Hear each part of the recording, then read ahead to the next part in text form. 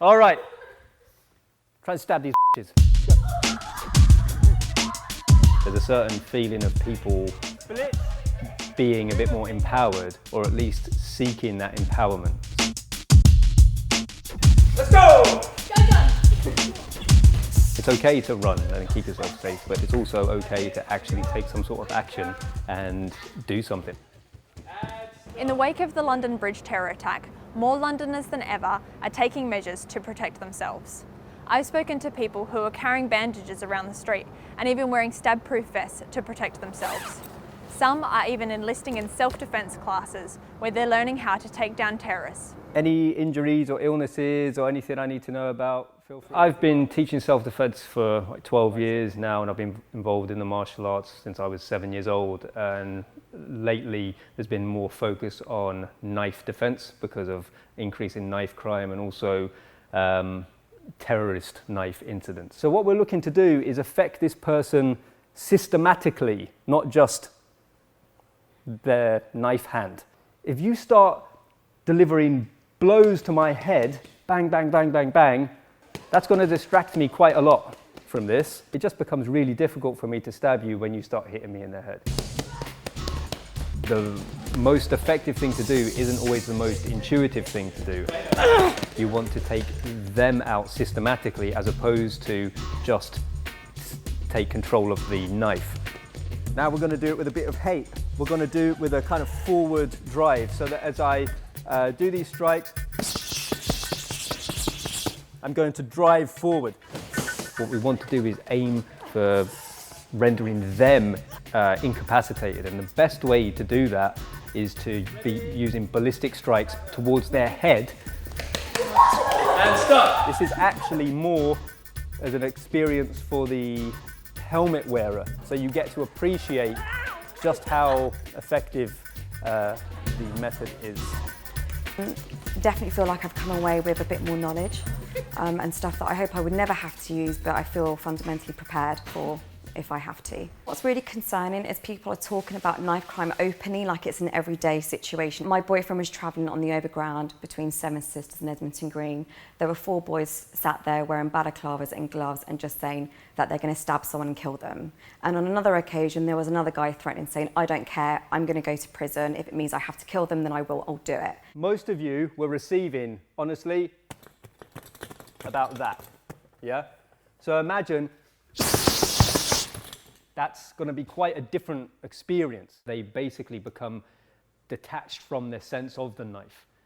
Then taking control of the knife arm, if it's still necessary, is the way to go. And if you're going to take control of the knife arm, you don't just hold on with your hands and you don't just grab the knife, you hug that whole arm and you rag that person around until they go down. I'm going to go for here and I'm going to crash in bodily. Hands up, you're protecting your neck, your head, your vital areas here, because here's the grim thing about the knife. You're done. From here, get this thing and hug his arm close to your body, and not just with your arms, but also with your head. So from here, that goes up, that goes down, and I pull back. Yeah? It could be that you end up on the outside, but the concept is the same.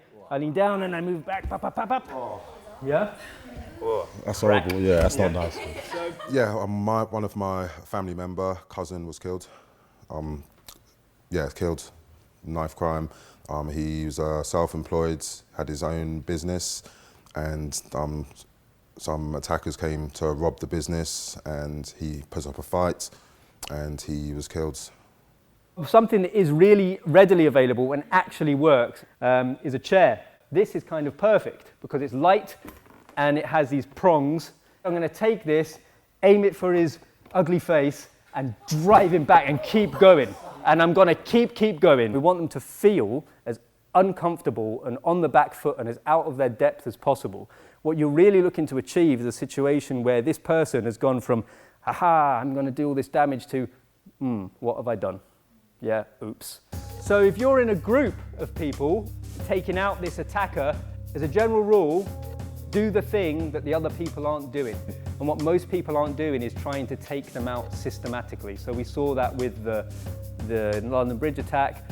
They were using the tusk, but just to keep him at bay. They were using a fire extinguisher, but just to distract him. Nobody was going in and trying to like separate his head from his shoulders. All right, stand by. Let's go! Go, John! That's it, hug the arms, take it down.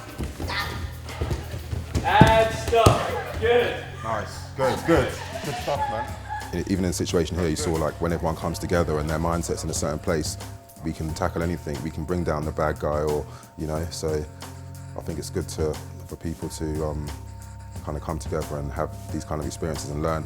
All right. Try and stab these b****s. Go. Something that we need right now, especially as a city, maybe even as a country, is this sense of empowerment that I was mentioning before, that you can do something. And some might argue that maybe you should do something, but it's up to you. But the important thing is that you know that you can invest in that sort of training so that you have an understanding and a physical capacity to defend yourself in these situations. All right, try and stab these bitches. Go. Blitz, do the thing. No.